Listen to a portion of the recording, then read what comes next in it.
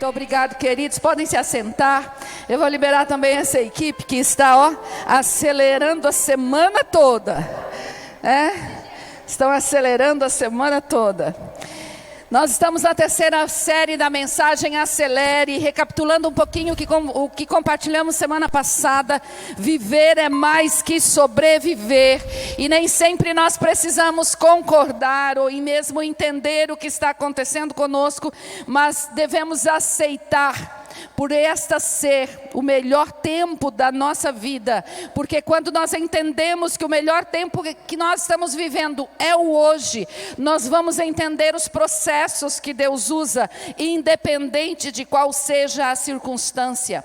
E aquilo que veio para acabar com a nossa vida, aquilo que veio para nos ofender, aquilo que veio para gerar feridas em nós, se tornarão cicatrizes, porque através dos processos de Deus, nós vamos sendo curados e as feridas vão sendo transformadas em cicatrizes.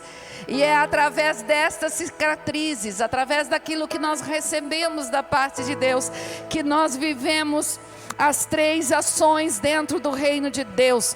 Eu recebo, eu celebro e eu reparto. Vamos recordar o que Deus falou conosco semana passada?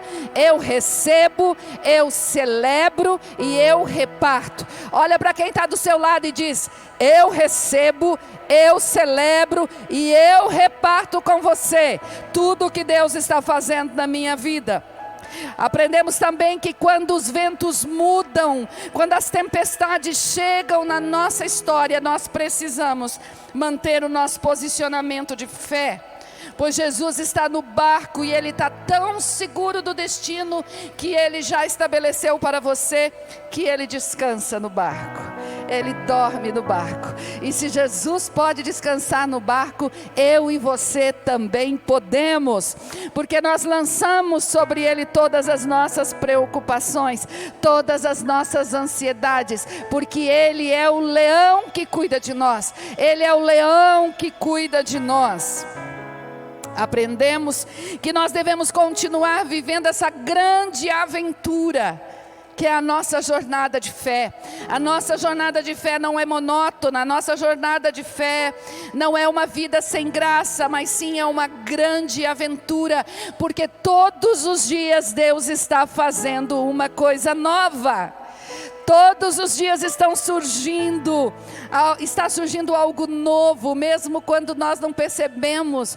Deus está abrindo caminho no deserto, Deus está abrindo um riacho em meio ao ermo, Deus está trazendo água para matar a nossa sede, e Deus está derramando maná para matar a nossa fome. Podemos continuar a viver essa grande aventura de fé, mesmo que a nossa fé seja pequena.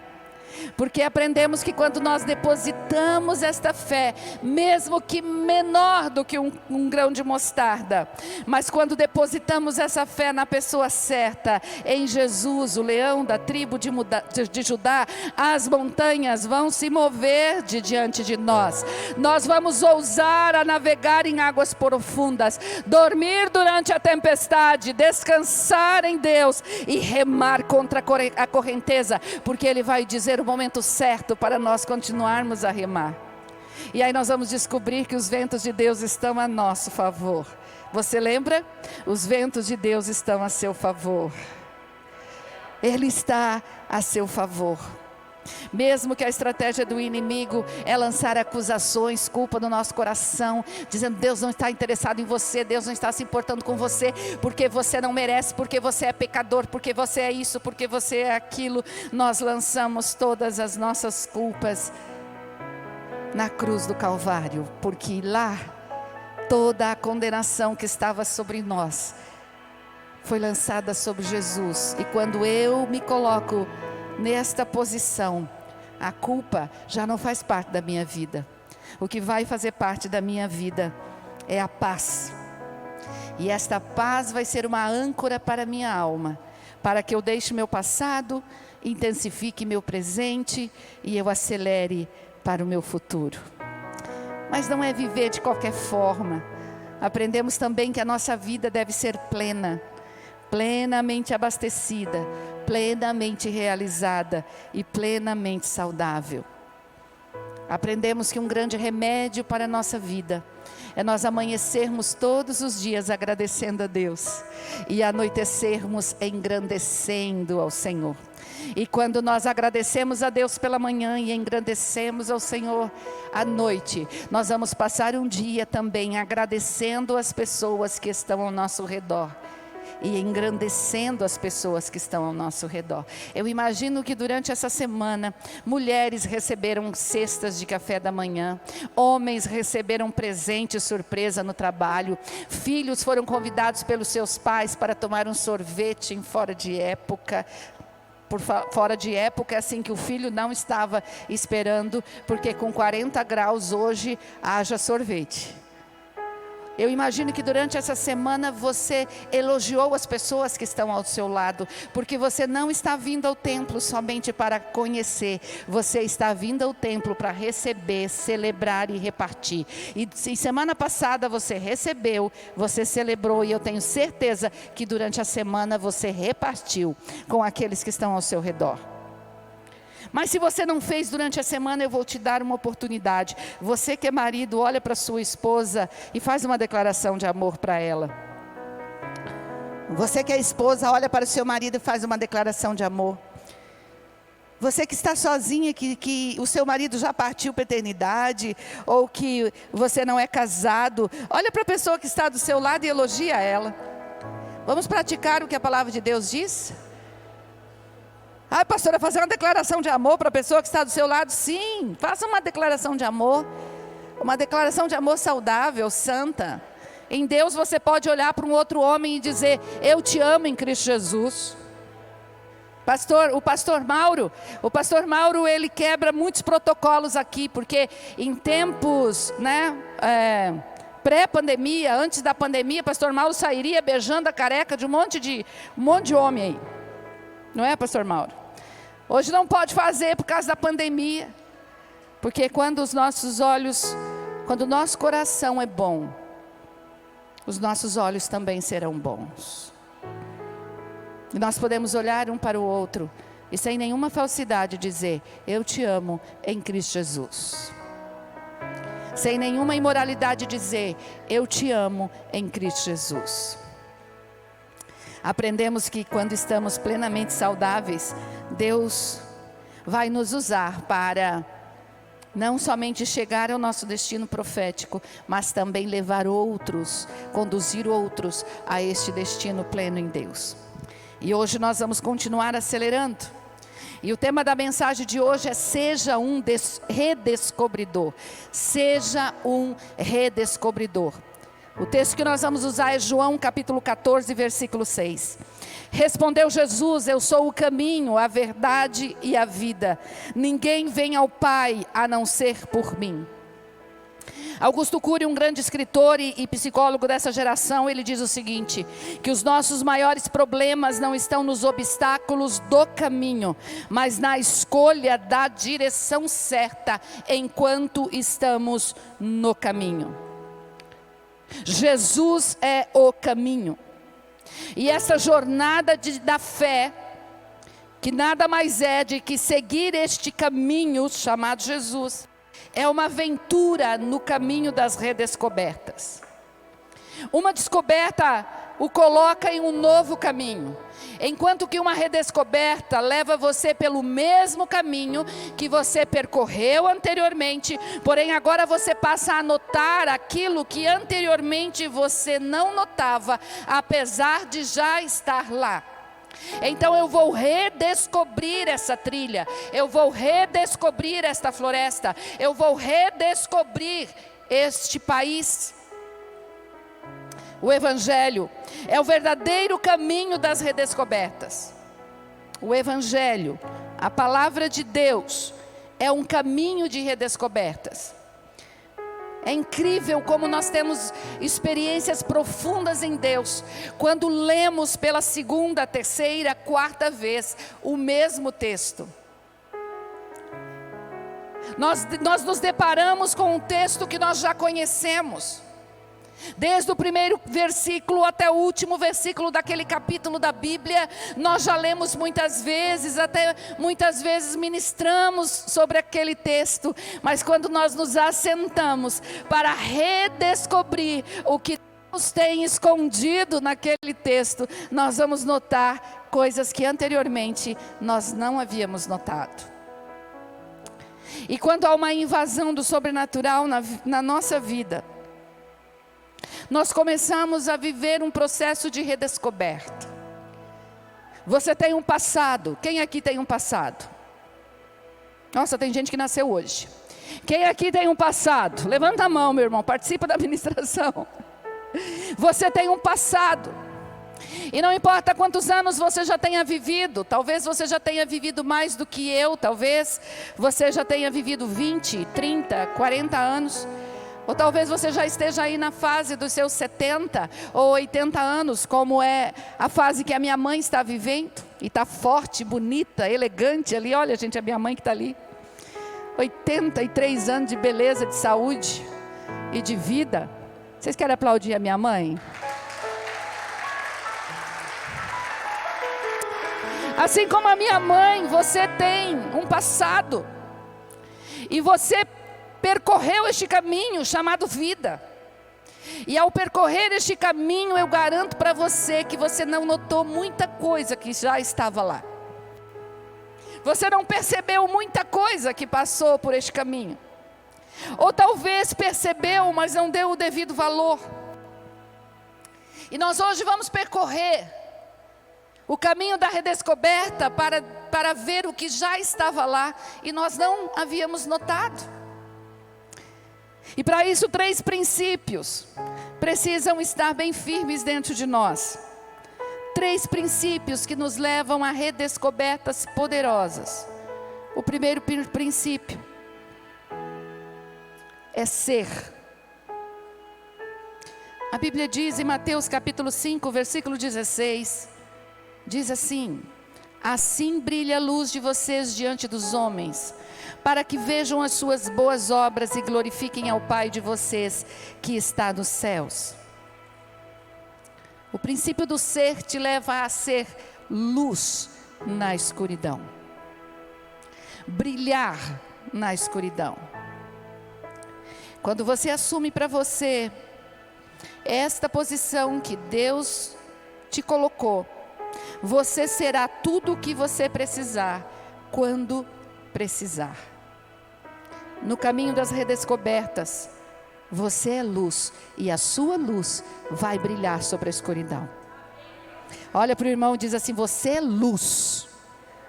Você não é trevas. As trevas fogem de você. O segundo princípio é o ter. É acessar aquilo que Deus já preparou para você. Mateus 17, versículo 27 diz: mas para não escandalizá-los, vá ao mar e jogue o anzol. Tire o primeiro peixe que você pegar, abra-lhe a boca e você encontrará uma moeda de 4 dracmas. Pegue-a e entregue a eles para pagar o meu imposto e o seu. Para redescobrir, você precisa ter consciência de que você terá tudo o que precisar, quando precisar. Jesus é enviado pelo Pai. Está ele aos 30 anos, assumindo ali o seu ministério. Com um grupo de 12 discípulos, eles estão seguindo Jesus e cumprindo a missão junto com o mestre.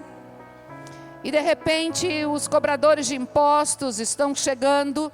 E algumas pessoas já estão falando que Jesus, aquele rabino estranho, diferente, aquele rabino não pagava impostos. Então ele chama para que isso não fosse uma verdade, porque estavam falando mentira a respeito dele. Então ele chama um dos discípulos e diz: olha só, você vai lá no mar e você vai pegar um peixe, e na boca daquele peixe tem 4 dracmas. Com essas 4 dracmas você vai dar a César o que é de César, daquilo que corresponde à minha parte, mas também à sua parte. Não somente ser luz na escuridão, mas ter tudo o que você precisa para redescobrir e para viver a vida que Deus tem preparado para você. Mas também o terceiro princípio é o princípio de fazer. O princípio de fazer vai te levar a fazer a melhor escolha, ou fazer a única escolha que eu e você devemos fazer, para que neste caminho de redescoberta do nosso passado, nós possamos fazer uma releitura deste passado, ressignificar este passado e dizer: a partir de hoje eu vou fazer aquilo que deve ser feito, porque você fará tudo o que precisar, quando precisar. Sabe, Lucas capítulo 10, versículo 41 e 42, nós encontramos duas mulheres que vieram do mesmo ventre, que viviam o mesmo contexto. Nós encontramos Marta e Maria. E o texto diz que Marta, porém, estava ocupada com muito serviço. E aproximando-se dele, perguntou: Senhor, não te importas que minha irmã tenha me deixado sozinha com o serviço? Dize-lhe que me ajude. Respondeu o Senhor: Marta, Marta, você está preocupada e inquieta com muitas coisas. Todavia apenas uma é necessária, Marta. Maria escolheu a boa parte, e esta não lhe será tirada. Para fazer tudo o que precisamos fazer, na hora que precisarmos, na hora certa, para termos a reação correta, para termos a atitude correta, para acessarmos o sobrenatural de Deus naquele momento exato que necessitarmos, nós precisamos escolher a melhor parte. Nós precisamos entender que escolher a melhor parte não é viver na apatia e nem no comodismo. Não significa que nós não devemos cuidar das nossas obrigações, como Marta estava cuidando. Mas Marta estava colocando como prioridade naquele momento o serviço ao mestre, enquanto o mestre queria a presença de Marta e de Maria ali. Ele queria o coração, ele não queria as obras naquele momento. E aí Jesus diz: Marta escolheu a melhor parte. Então, quando eu sou luz, quando eu entendo que eu tenho tudo o que Deus, tudo que eu preciso para realizar aquilo que Deus me chamou para fazer, então, ao redescobrir o que já estava lá, eu vou ter um novo comportamento, eu vou ter uma nova atitude, eu vou ter uma nova prática. A minha vida vai ser transformada, as minhas atitudes, mas também as minhas reações. Então eu quero te convidar para acelerar neste caminho das redescobertas. O que significa isso? É explorar, em primeiro lugar, explorar os detalhes que já estavam lá. Coisas simples do dia a dia são mais valiosos do que grandes aventuras ou grandes viagens de férias. Pequenos milagres, que nós aos nossos olhos chamamos de pequenos milagres, eles são grandes detalhes que nos levam a celebrar diariamente. Como falamos semana passada, o detalhe de você estar vivo, o detalhe de você estar casado, o detalhe de você ter pessoas ao teu redor que te amam, o detalhe de você ter pessoas ao teu redor que estão te ajudando na caminhada com Cristo, são detalhes importantes, mas são detalhes que precisam ser entendidos com um discernimento espiritual, aonde você vai dar mais importância a pessoas do que as coisas. Nesse caminho de redescoberta, em segundo lugar, você vai notar quem já estava lá. Talvez o mais precioso que nós encontraremos são as pessoas que sempre estiveram lá e nós não notamos. Ou se notamos, não demos a devida importância a elas. Pessoas são mais importantes que coisas. e perceber quem já passou por onde você está passando e pavimentou esta estrada por onde você está andando. É perceber as pessoas que Deus usou para te trazer aonde você está.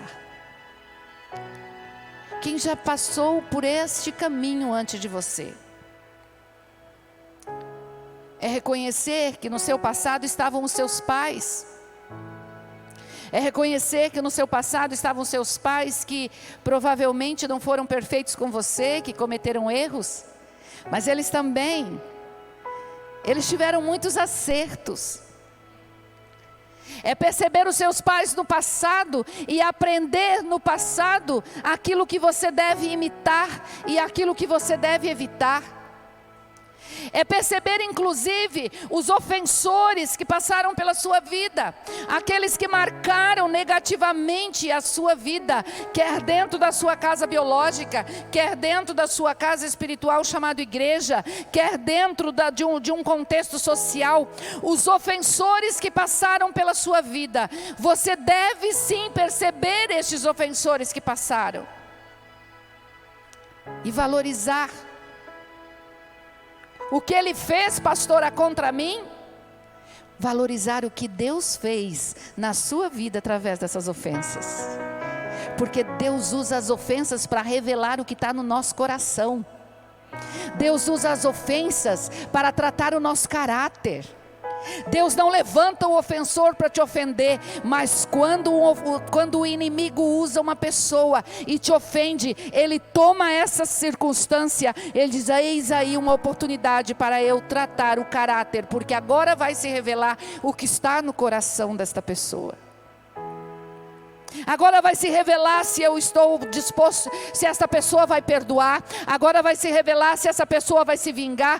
Eu sei o que está no coração dele, mas ele ainda não percebe o que está no coração. Então eu vou usar uma ofensa como um bisturi, e essa ofensa vai abrir o que está na alma dele. Ele vai reconhecer e ele vai pedir: Senhor, cura o meu coração, transforma o meu coração, porque eu estou querendo matar aquele fulano, eu estou querendo estrangular minha esposa, eu estou querendo assassinar o meu marido, eu estou querendo me vingar dessa situação. E Deus vem e trata o caráter. Então mesmo no caminho de redescobertas, você vai perceber o quanto você cresceu, o quanto você amadureceu diante das circunstâncias difíceis. Mas claro, se você for para a cruz, se você for para o médico dos médicos, para que ele cicatrize essa ferida, então você se tornará um homem e uma mulher forte, emocionalmente forte, com uma musculatura forte para encarar a sua vida. Sabe? Notar quem já estava lá, honrar o legado de quem fez parte da sua vida, honrar o legado que lhe foi transferido na vida familiar, na vida ministerial, na vida empresarial. Perceber aquele colega de trabalho que quando você entrou na empresa, ele te ensinou tudo o que ele sabia, e quem sabe hoje você é o gerente geral da empresa, e ele continua trabalhando na mesma área de quando você entrou. É você perceber esta pessoa e dizer: uau, como Deus é bondoso comigo. Deus levantou um coach para mim dentro da empresa, e eu avancei tanto, ele me treinou de uma forma tão extraordinária, que hoje eu estou dirigindo a empresa, e ele está em um cargo inferior ao meu. Mas honrar aquele que te ensinou, honrar aquele que te apresentou Jesus, honrar aquele que te discipulou, honrar aquele que tratou, que ajudou e que te conduziu nos momentos tão difíceis da sua vida. Perceber as pessoas que já estavam lá. Quando nós percebemos, é impossível não honrar. Como nós gostamos de olhar para o passado e ver só o que fizeram de errado conosco. Quanto tempo você já gastou falando das coisas erradas que fizeram com você? E quanto tempo você tem gasto na sua vida para celebrar o nome das pessoas que passaram pela sua vida? Terceira coisa que nós vamos encontrar no caminho da redescoberta são os nossos valores. Organizar os valores que já estavam lá. Somente quando nós encontramos os nossos valores, nós podemos organizá-los. E aí nós encontrarmos o caminho para vivermos as prioridades da nossa vida. Quais são as prioridades da nossa vida? Qual é a escala de valores na vida de um homem e de uma mulher de Deus? Em primeiro lugar, sempre estará aquele que te criou e aquele que te gerou. Em primeiro lugar, sempre estará Deus. Em segundo lugar, sempre estará a sua família. E em terceiro lugar, o seu trabalho, mesmo que o seu trabalho seja em um contexto eclesiástico ou em qualquer área da sociedade. Deus, família, trabalho. Deus, família, trabalho. Onde e como investimos o nosso tempo demonstra aquilo que tem valor para nós. Sabe onde está o maior problema na nossa jornada? Não são os obstáculos que se levantam, mas são os obstáculos que nós mesmos criamos. São os problemas que nós mesmos criamos, quando nós não temos os nossos valores nesta escala de prioridade. É tão comum colocarmos o trabalho em primeiro lugar, dizendo que eu quero trabalhar muito, porque eu faço uma releitura do meu passado e percebo que meus pais, eles não puderam me dar tudo aquilo que poderiam, que eu gostaria que eles me dessem. Então eu vou trabalhar de sol a sol e eu vou dar para os meus filhos tudo aquilo que meus pais não me deram. Então o trabalho fica em primeiro lugar e eu construo impérios. E quando eu falo impérios, cada um na sua realidade. Eu dou para o meu filho tudo aquilo que meu pai nunca me deu. E em nome da família eu gasto toda a minha vida trabalhando. Então eu não tenho tempo para Deus e eu não tenho tempo para a família. A jornada será um desastre. Porque quando você partir para a eternidade, o seu filho não terá um caminho pavimentado sobre valores. Ele terá um caminho pavimentado sobre preço. O preço que o meu pai pagou para que eu chegasse até aqui. Mas você precisa deixar impresso na vida do seu filho o valor que o meu pai deu a mim para que eu chegasse até aqui. Está o trabalho em primeiro, muitas vezes está a família em primeiro lugar. Não, eu vou na igreja se a minha mulher quiser ir, eu vou à célula se o meu marido quiser ir, eu vou trazer os meus filhos para a igreja se eles quiserem ir, eu vou decidir a igreja que eu vou andar se os meus filhos, eu vou deixar os meus filhos escolher essa igreja. E mais, eu vou ser cristão se a minha família aceitar, porque como eu vou criar uma guerra com a minha família? Deixa eu te falar uma coisa, a sua família é circunstancial. Então eu posso trocar de marido, posso trocar de mulher, eu posso abandonar os meus filhos. Não é disso que eu estou falando. A sua família, ela é importante para você até aquele momento que você estiver deitado em uma cama, ou talvez seja até tomado de surpresa e não tenha nem tempo de ir para uma cama de hospital, e aonde Deus vai retirar da sua vida o ruá, o sopro de vida, e você vai partir para a eternidade. Ali terminou a sua família biológica. Ali a sua família biológica já não fará diferença. E para onde você irá se você escolher agradar mais a sua família do que a Deus? Essa é uma parte difícil dentro dessa mensagem. Mas, meus irmãos, muitos de nós temos colocado a nossa família em primeiro lugar. Para agradar a família nós quebramos princípios. Para agradar os filhos nós quebramos os valores.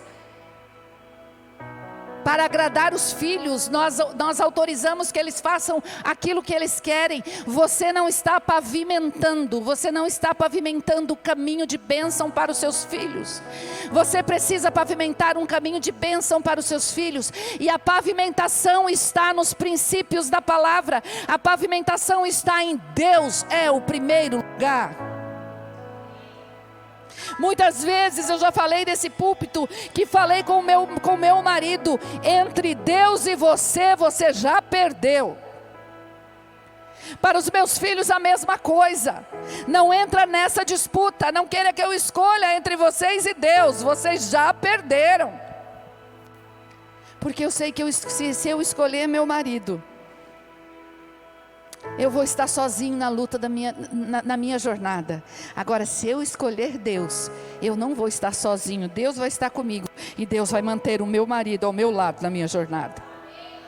Agora eu escolho o meu marido, sabe o que é? É que o meu marido, ele quer assim. O meu marido quer quebrar o princípio. Então, ele é autoridade sobre mim. Por que não fazer uma aliança com o seu marido para a obediência?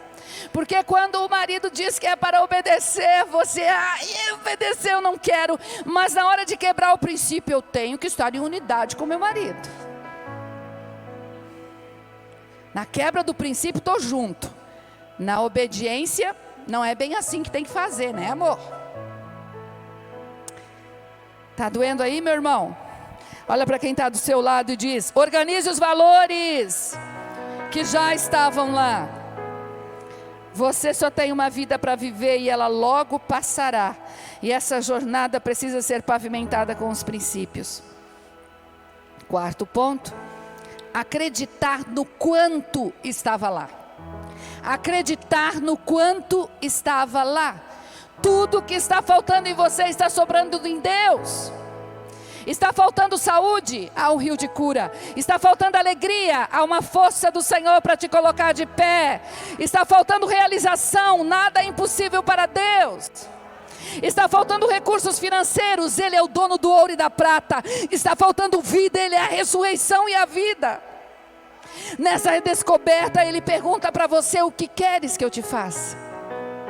Talvez durante muitos momentos da sua jornada, enquanto você caminhava, você não sabia que você podia olhar para o céu e dizer: Senhor, eu quero que o Senhor me cure. Senhor, eu quero que o Senhor me salve. Senhor, eu quero que o Senhor restaure a minha família. Senhor, eu quero que o Senhor me ensine. Senhor, eu não estou sabendo administrar a minha vida, administrar as minhas emoções.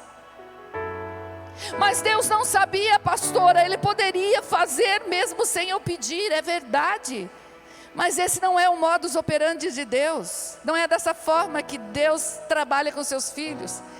Jesus, em meio à multidão, Ele sabia da necessidade de todos aqueles que estavam seguindo Ele. Mas Ele chega diante do cego e diz: que queres que eu te faça? Ele não poderia curar o cego? Claro que poderia. Só a presença de Jesus já curava. Porque se a sombra de Pedro curava os enfermos, imagina de Jesus. Mas ele chega diante do cego e diz: que queres que eu te faça? Porque não tem a ver com o poder que emana dele, tem a ver com a dependência e a humildade que precisa emanar do meu coração, tem a ver com aquilo que eu preciso demonstrar diante de Deus. Eu preciso demonstrar que eu preciso dele e que eu realmente me rendo e que eu peço para ele. Hoje ele está te perguntando: o que queres que eu te faça? O que queres que eu te faça? Neste caminho de redescoberta, nesses próximos anos da sua jornada nessa terra, você saberá que sempre vai ter alguém do seu lado. E quando você estiver necessitando de algo, tudo já está ali. É só você olhar para ele e falar: Senhor, eu preciso disso. Senhor, eu preciso de cura. Senhor, eu preciso de alegria. Senhor, eu preciso de vida. Senhor, eu preciso de um milagre amanhã. Senhor, eu preciso de fé, porque eu perdi a fé. A Bíblia diz que se nós não tivermos fé, nós podemos pedir para Ele acrescentar a nossa fé. Senhor, eu preciso de sabedoria. Quem aqui precisa de sabedoria? Quem precisa de sabedoria? Qual foi a última vez que você olhou para o Senhor e falou: Senhor, eu preciso de sabedoria. Eu não sei tudo. Muito pelo contrário, eu não sei é nada. Eu não sei é nada, meu Deus. Se o Senhor não me disser o que eu tenho que fazer nessa situação, Senhor, o que já estava ruim vai piorar. Senhor, eu preciso de sabedoria para conduzir essa fase da minha vida. Quinto ponto, reconhecer o propósito que já estava lá. Ei, antes de você nascer, o propósito já estava lá. O propósito foi criado antes de você. Quando você encontra-se com o propósito, você encontra verdadeiramente o motivo para o qual você foi criado por Deus. E você vai descobrir que você não é um foco. Você vai descobrir que você não é o centro do universo. Você não é o centro da sua família. Você não é o centro do seu casamento. Você não é o centro da sua empresa. Você não é o centro da igreja que você faz parte. Você não é o centro do ministério que você serve. Você não é o centro, você não é o foco. Você vai descobrir quando encontrar-se com o propósito, para que você está aqui. Você sabe por que você está aqui?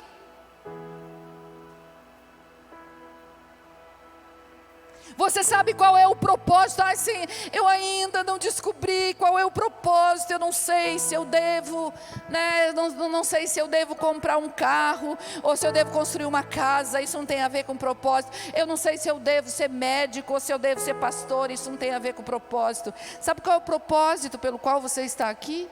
Pergunta para o teu irmão. Qual é o propósito? Servir. Esse é teu propósito, meu irmão. Quando você é o centro, você na sua família você quer ser perdoado. Mas quando você encontra o propósito, você sabe que você está na sua família para perdoar. Quando você é o centro, todos os seus filhos estão para te servir. Mas quando você encontra o propósito, você sabe que você está para servir os seus filhos. Quando você é o centro, você está nessa vida para ser feliz, para se realizar. Mas quando você encontra com o propósito, você vai levar a realização à vida das pessoas. E você vai se alegrar de forma tão espetacular, que este servir à nação, esse servir à geração, este servir à sua casa, esse servir à sua igreja, vai trazer esse senso de realização. E você vai dizer: ei, encontrei o propósito para mim. Encontre o lugar onde você será mais útil, que você terá encontrado o seu propósito de vida. Encontre o lugar onde você é mais útil, e você vai ter encontrado o seu propósito de vida. Hoje pela manhã eu mencionei isso, e eu quero mencionar aqui de novo. Temos muitos servos nessa casa, muitas pessoas que já encontraram verdadeiramente o propósito para o qual ainda existem. É servir ao reino de Deus, servir ao Rei dos Reis, quer na minha casa, na minha empresa, na cidade, em qualquer lugar que eu estiver, eu estou para servir ao propósito do reino de Deus. Temos muitos assim aqui nessa casa. Mas hoje pela manhã eu mencionei um, e que eu acho que todos vocês vão reconhecer isso. Sabe, tem uma pessoa aqui que encontrou verdadeiramente um lugar onde ele é muito útil. Ele nunca está aqui pregando, mas a mão dele sempre está aqui servindo. Ele nunca está aqui cantando ou tocando instrumentos, mas a mão dele sempre está adorando a Deus, através dessa música, e através música cantada e música tocada. Ele nunca é visto, mas ele sempre está lá naquele aquário, E eu estou falando do Vilmar Bento da Silva. Daqueles que vocês conhecem como Negão. Ele encontrou dentro deste contexto, dentro deste lugar, ele encontrou o lugar onde ele é mais útil. Enquanto outros ficam pensando, se eu tiver oportunidade para pregar, então eu vou fazer. Se eu tiver oportunidade para tocar, então eu vou tocar. Encontre o lugar que você é mais útil. Ninguém que pregue aqui nessa casa não tem o toque de serviço do Vilmar e da equipe dele lá do som. E assim é na sua casa, assim é na sua empresa, assim é um lugar em qualquer espaço da sociedade. Chegue em todos os ambientes e diga: onde eu posso servir aqui? Eu posso servir aconselhando alguém, eu posso servir abraçando alguém, eu posso servir levando comida para alguém. O que eu posso fazer para servir?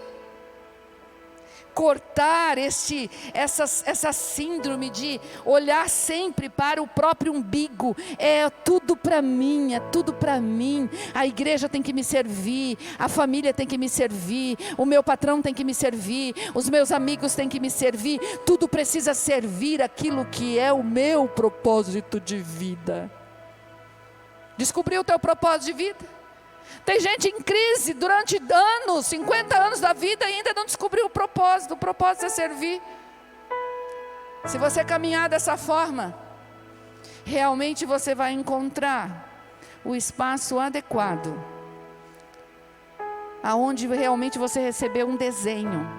Deus te desenhou para que você seja tão útil, tão útil, tão útil naquele lugar, que se você não estiver ocupando aquele lugar, vai fazer falta. Sexto, contemplar a beleza que já estava lá. Como nós temos facilidade de contemplar o feio e falar do feio. Mas deixa eu te falar, a vida é bela. Deus criou tudo com muita beleza, com muita excelência. E até mesmo nos problemas da nossa vida, nos desertos da nossa vida, nós podemos encontrar o que é belo. Você já ouviu falar da flor do deserto? No deserto, floresce. Mas muitas vezes nós ficamos olhando para aquilo que é feio. E nós não contemplamos, mas só tem uma única flor. Coloque os seus olhos naquela única flor, que é suficiente para alegrar a sua existência. Jesus se encontrou com uma mulher que ela vivia encurvada por 18 anos. Ela conseguia olhar para os seus próprios pés. Eu não sei vocês, mas é difícil alguém se apaixonar ou achar os pés bonitos. O seu marido, quando ele encontrou você, ele chegou e falou assim: nossa, os seus pés são maravilhosos, os seus pés são tão lindos. Vanessa, o Luciano se apaixonou pelos seus pés? Mara, o Jesus Carlos se apaixonou pelos seus pés? Laís, o Marcos Diniz se apaixonou pelos seus pés? Não, né, minha filha? A gente tem uma brincadeira ali com os pés. Josiel, a Maíra se apaixonou pelos seus pés ou pelo seu cabelo? Pelos seus olhos. Quando ela viu esse moreno verde, esse moreno de olhos verdes, falou: meu Deus, o que eu encontrei na minha vida? Não foi assim? Raramente alguém vai se apaixonar pelos pés. Essa mulher estava há 18 anos olhando só para aquilo que é feio, olhando para a terra, olhando para baixo. Jesus se apresenta diante dela e Jesus a cura. E quando Jesus a cura, ela levanta os olhos e ela começa a contemplar o belo. A minha oração nessa noite é que você deixe de caminhar encurvado, deixe de ficar olhando para aquilo que é feio na sua vida, aquilo que foi feio no seu passado, e você levante os olhos e contemple a beleza que Deus criou. E sabe qual é a primeira beleza que Deus criou? Você. Chegue em casa hoje e faça esse exercício. Vá diante do espelho, fique encurvado e depois vá se levantando e vá contemplando o belo da criação de Deus. Talvez você não está satisfeito com a sua barriga, porque a sua barriga já não está tão bela assim. Mas contemple o belo que está por trás dessa manta de gordura. Talvez você esteja muito magro, mas contemple o belo, porque o belo se manifesta aonde você vê Deus, e Deus está dentro de você. Através do Espírito Santo, Ele está habitando dentro de você. Contemple o que é belo. Ver a força que já estava lá. Uau! Henry Ford diz que nada é particularmente difícil se você conseguir desmembrar em tarefas menores. Saber que a força já estava lá. A maior força se revela nos momentos mais desafiadores. E Deus quer que nós tenhamos uma fé robusta, uma fé que não desista diante dos obstáculos, uma fé que não desista achando que vai precisar vencer essa situação pela força do braço. Não, a palavra de Deus diz que não é por força nem por violência, mas é pelo Espírito de Deus. Então o Espírito de Deus já estava lá em muitos momentos, mas você não percebeu. Por isso você não tomou posse, você não buscou a força de Deus, e você tentou lutar com a sua própria força, mas essa força já estava lá, está aqui e vai estar na sua jornada, vai estar durante a sua caminhada. Basta você tomar posse dessa força em Deus, perceber a grandeza que já estava lá. Todos nós podemos viver sob o mesmo céu, mas nem todos temos o mesmo horizonte. Você pensa grande? Você tem uma mentalidade próspera? Você tem uma mentalidade orgulhosa? Ou você tem uma mentalidade pobre? Nós fomos criados por Deus, nós fomos criados pelo Deus Todo-Poderoso. Ele é o grande eu sou. Mas você sonha grande? Pela manhã eu falei, a minha mãe não estava aqui, e agora ela está, e eu vou falar outra vez. Eu lembro de uma situação na minha infância, por conta do nosso contexto de vida. Meu pai e minha mãe tiveram 6 filhos, corajosa ela. Ela sobreviveu, e ela sobreviveu tão bem a isso, que ela gerou no meu coração um desejo de ter pelo menos 6 filhos. Pastor Josué que disse assim: não, chega, 3 já chega. Vai vir 3 noras aí, já é suficiente. Glória a Deus, já tenho 6. Quando eu reclamo em casa, ele diz: ué, você não queria 6? No contexto que nós vivíamos, meus pais lutaram muito para poder levar-nos ao lugar melhor do que eles chegaram. Mas eu lembro em algumas circunstâncias que eu contava para minha mãe algumas coisas, que eu dizia o que eu queria vestir, aonde eu queria passar minha lua de mel, em que casa que eu queria morar, e por muitas vezes a minha mãe dizia assim: nem parece que você é deste mundo, menina, você sonha com muita grandeza, você é muito grande. E ela falava isso, e eu assim: mas será que tem alguma coisa errada comigo?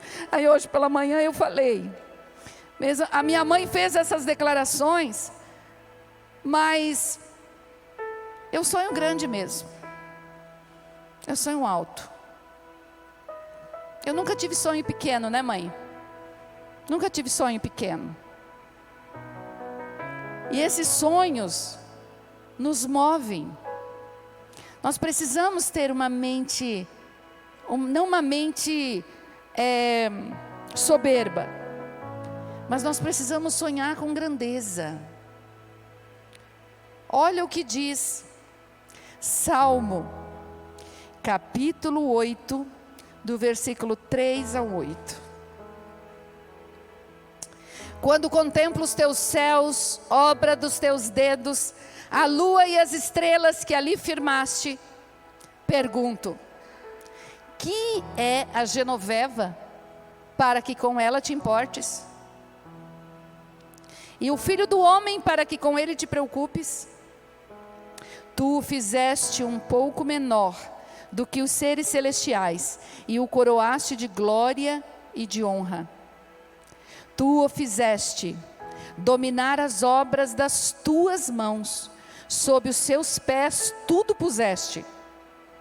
Todos os rebanhos e manadas, e até os animais selvagens, as aves do céu, os peixes do mar, e tudo que percorre as veredas dos mares.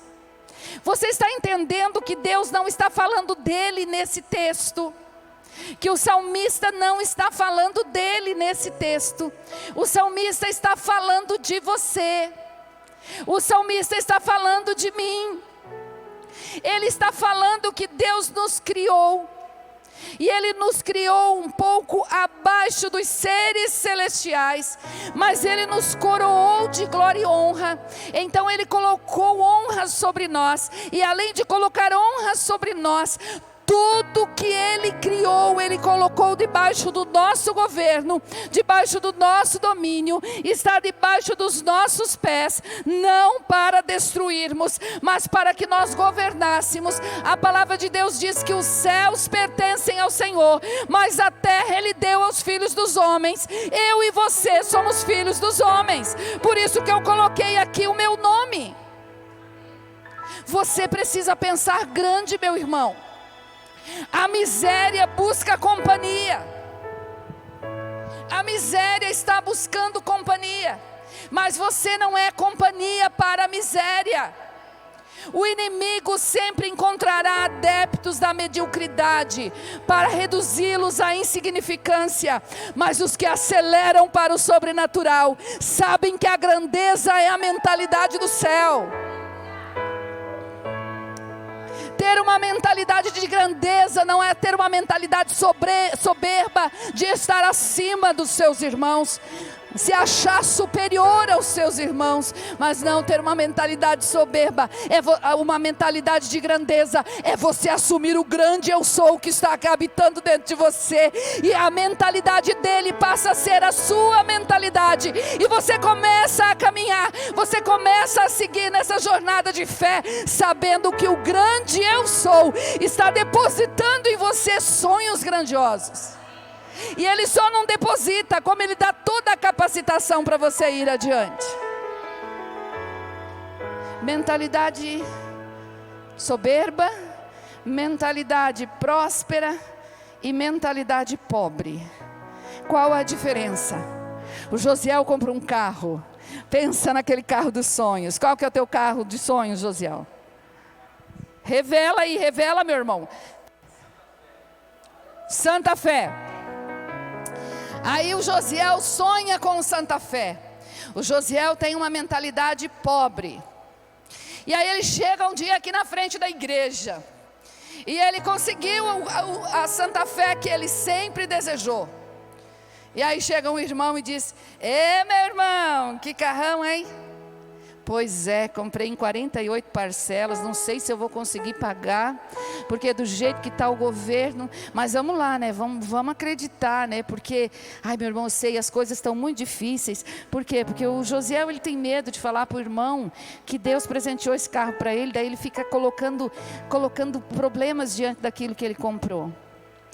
Ou então, se a mentalidade dele é soberba, chega o Mauro, pastor Mauro, e diz: olha, que carrão, hein? Que carrão, parabéns. Se é também, do jeito que eu trabalho, né? Trabalhei tanto nos últimos 4 anos, economizei. E olha, eu mereço isso aí. Eu mereço, porque eu paguei o preço por isso aí. Mentalidade soberba. Agora, mentalidade próspera. Chega o Luciano e vê: uau, que carrão, Santa Fé, parabéns, Josiel. Ele: muito obrigada, meu irmão. Obrigada, Luciano, por você estar celebrando essa conquista comigo. Olha o que Deus fez comigo, Luciano. Deus me deu o sonho da minha vida. Eu desejei tanto essa Santa Fé. Deus colocou poder na minha mão e para que eu adquirisse riquezas. Eu adquiri essas riquezas através do meu trabalho, e aqui está o fruto do meu trabalho, mas vem das mãos do meu Senhor, e Ele vai celebrar isso dando glória a Deus. Pense grande, meu irmão. Pense grande. Alguém já criticou o tamanho do seu pensamento? Tome essa crítica e use como chave para abandonar a mediocridade e transportar definitivamente o campo da atuação das suas ideias para a dimensão da grandeza. Próxima redescoberta: focar no potencial que já estava lá. John Maxwell diz que todos os dias da vida de um homem são de reparação ou de preparação. Que dia você está vivendo hoje? Reparando as coisas erradas do passado ou preparando para o que você vai fazer daqui para frente?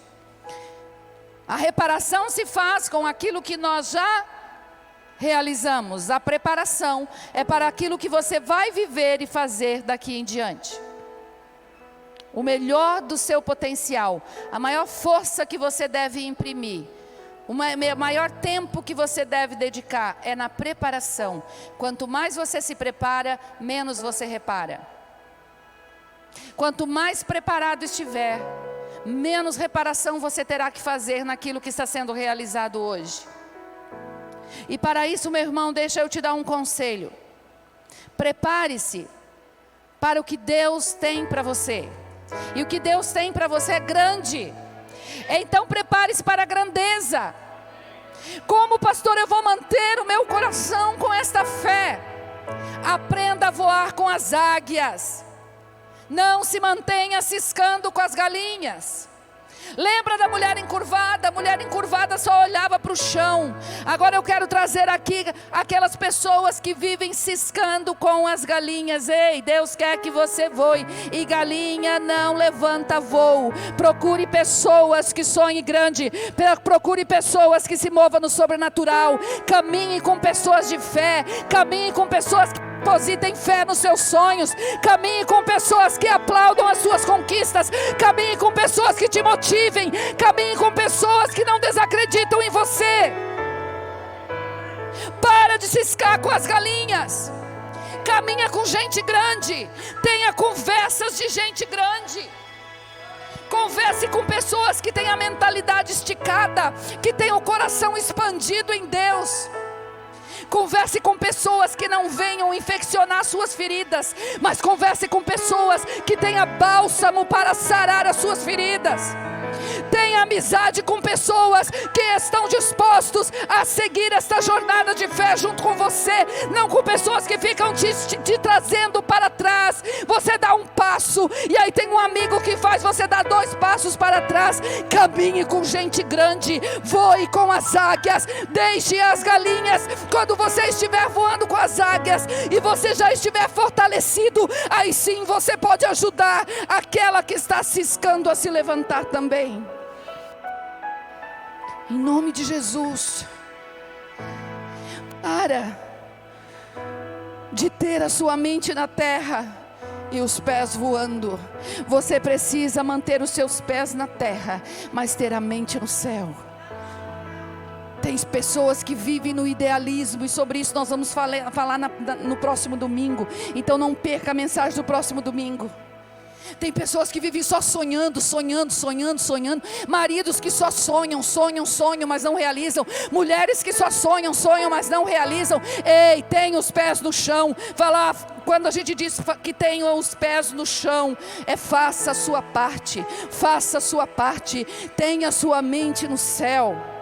Caminhe com pessoas que tenham o pé no chão, pessoas que sejam responsáveis na caminhada, pessoas que sejam responsáveis na sua família, pessoas que sejam responsáveis no seu ministério, pessoas que sejam responsáveis na sua vida empresarial. Olha para cima, olha para cima, se inspire naqueles que estão em cima e ajude aqueles que estão embaixo. Porque se você se inspirar naqueles que estão de baixo, você não vai conseguir nem ajudar você e nem tampouco aqueles que estão embaixo. E 10º, e com isso eu vou encerrar e quero chamar a equipe de louvor.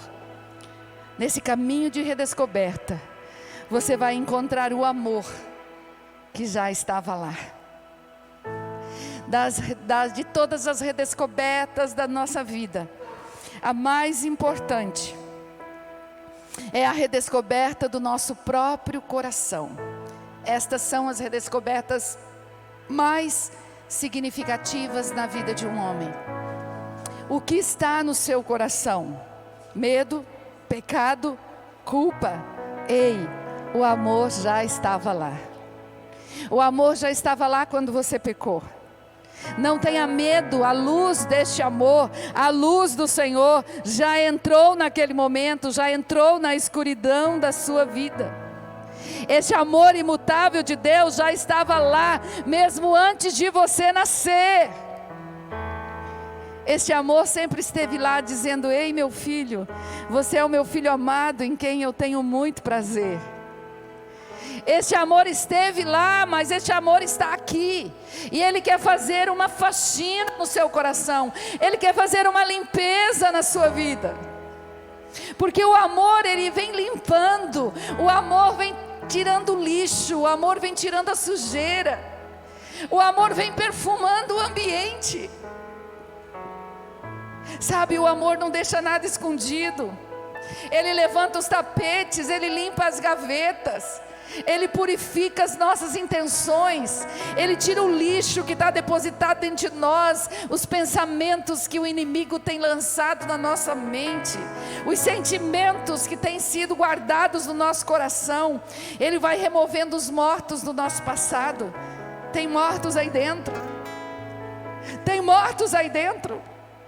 Você reencontrou neste caminho de redescoberta alguns mortos, aqueles que te ofenderam, e que você lançou estas pessoas.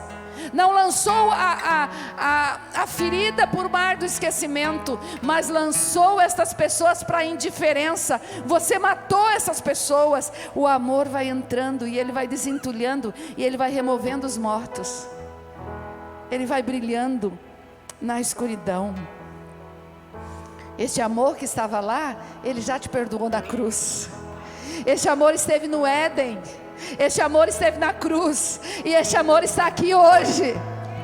Este amor esteve no Éden, quando Deus, em uma tipologia, Ele mata um cordeiro, e Ele pega a pele do cordeiro, e Ele coloca sobre a nudez de Adão e Eva, para cobrir a nudez de Adão e Eva. Mas aquele que era tipologia lá no Gênesis, agora é o cordeiro de Deus, que foi morto na cruz. O próprio cordeiro se entregou na cruz. O amor se revelou em Cristo Jesus. O amor sempre esteve lá, mas o amor está aqui hoje, e Ele está dizendo: você quer me receber nessa noite? Você quer crer com o seu coração e confessar com os meus lábios, com os teus lábios, que eu sou filho de Deus? Você quer que eu perdoe os seus pecados? Você quer que eu te conduza até o Pai? Porque o amor é o caminho, o amor é a verdade, e o amor é a vida. E Ele vai te conduzindo ao colo do Pai. Se coloca de pé em nome de Jesus. Ao descobrir que o amor estava lá, que o amor se revelou em Cristo Jesus na cruz do Calvário, você vai perceber que você nunca esteve sozinho. Mas somente você não percebia que Ele estava lá. Você vai perceber que Ele nunca te abandonou. Mas você percebeu nessa noite que você não notou que você podia pedir o socorro para Ele. Feche os seus olhos. Você que está em casa agora, feche os seus olhos, coloque as mãos no seu coração. Se você quiser se posicionar de joelhos, se você quiser se lançar diante da presença deste amor infalível, deste amor imutável, deste amor incomparável, deste amor que perdoa, deste amor que recebe, deste amor que celebra com você e deste amor que está repartindo cura nessa noite, se coloque na presença dele agora, com o teu coração rendido. Há pecados para ser confessados. Você redescobriu pecados não confessados nessa jornada, nessa noite. Se aproxime agora com o teu coração quebrantado. Com o teu coração quebrantado. A sua mente é uma mente miserável. A sua mente é uma mente soberba. Se coloque diante do Senhor, clamando: Senhor, me dá uma mentalidade de gente nobre, uma mentalidade, Senhor, de grandeza, a mentalidade de Cristo. Hoje Ele quer te entregar a mentalidade de Cristo. Coloque a mão no seu coração. Vamos orar. Pai, muito obrigada, porque nesta noite, no caminho da redescoberta, Senhor, o Senhor nos levou, Senhor, a nos encontrarmos mais uma vez contigo. Muito obrigada, Senhor, porque nós somos, nós temos e nós fazemos tudo o que precisamos ser, tudo o que precisamos ter e tudo o que precisamos fazer quando nós estamos aliançados contigo. Obrigada, Senhor, porque nós percebemos que na nossa jornada nós deixamos tantas prioridades e tantas coisas importantes passar na nossa vida. Muitas vezes olhávamos para o nosso passado e só víamos reprovação no nosso passado, só víamos dor no nosso passado, mas hoje o Senhor nos leva, Senhor, a ver a beleza no nosso passado, a contemplar o belo, Senhor, no nosso passado. Muito obrigada, Senhor, nessa noite, por podermos verdadeiramente contemplar o belo que é o amor do Senhor em Cristo Jesus. Hoje nós reconhecemos, hoje, Senhor, nós cremos com o nosso coração e confessamos com os nossos lábios que Jesus Cristo verdadeiramente é o amor do Pai, revelado na cruz do Calvário, para perdoar os nossos pecados e para nos tornarmos filhos. Hoje nós queremos nos reconciliar contigo. Hoje nós queremos retornar para a casa do Pai, dizendo: eis-nos aqui, Senhor, eis-me aqui, Senhor, eu preciso de Ti. Pai, recebe-nos nesta noite como um dos Teus servos, mas nós sabemos, Pai, que de servos o Senhor nos faz filhos. Senhor, nós desejamos verdadeiramente não somente ser chamados de filhos de Deus, mas nós queremos, Senhor, ter a Tua declaração: este é o meu filho amado, e Ele tem me dado muito prazer. Nesta jornada de fé, Pai, nós queremos dar prazer a Ti. Recebe-nos como Teus filhos nessa noite, em nome de Jesus, em nome de Jesus.